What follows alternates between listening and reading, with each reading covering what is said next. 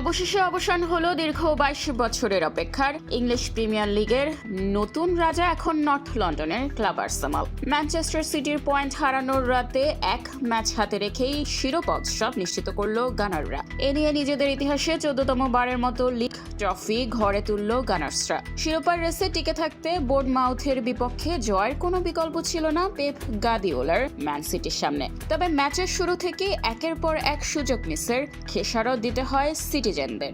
উল্টো 39 মিনিটে counter attack থেকে জুনিয়র ক্রুপির দারুণ গোলে এগিয়ে যায় স্বাগতিক বোর্নমাউথ।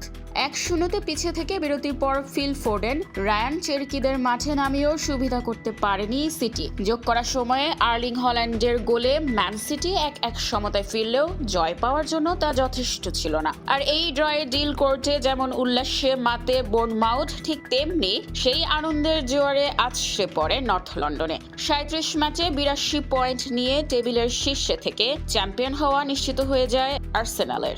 সমান ম্যাচে সিটির পয়েন্ট 78, যার ফলে শেষ ম্যাচটি এখন শুধুই নিয়ম রক্ষার।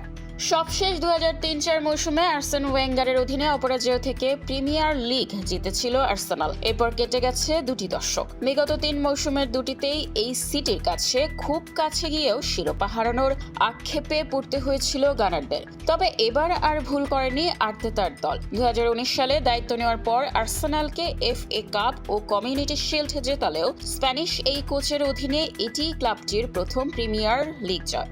রেফারি ম্যাচ শেষের বাঁশি বাজানোর সাথে সাথেই এমিরেটস স্টেডিয়ামের চারপাশ ছেয়ে যায় লাল সাদা রঙে। হাজারো সমর্থক রাস্তায় নেমে মেতে ওঠেন অধরা ট্রফি পুনরুদ্ধারের আনন্দে। দীর্ঘ 22 বছরের অপেক্ষা শেষে নর্থ লন্ডনে এখন শুধুই উৎসবের রং।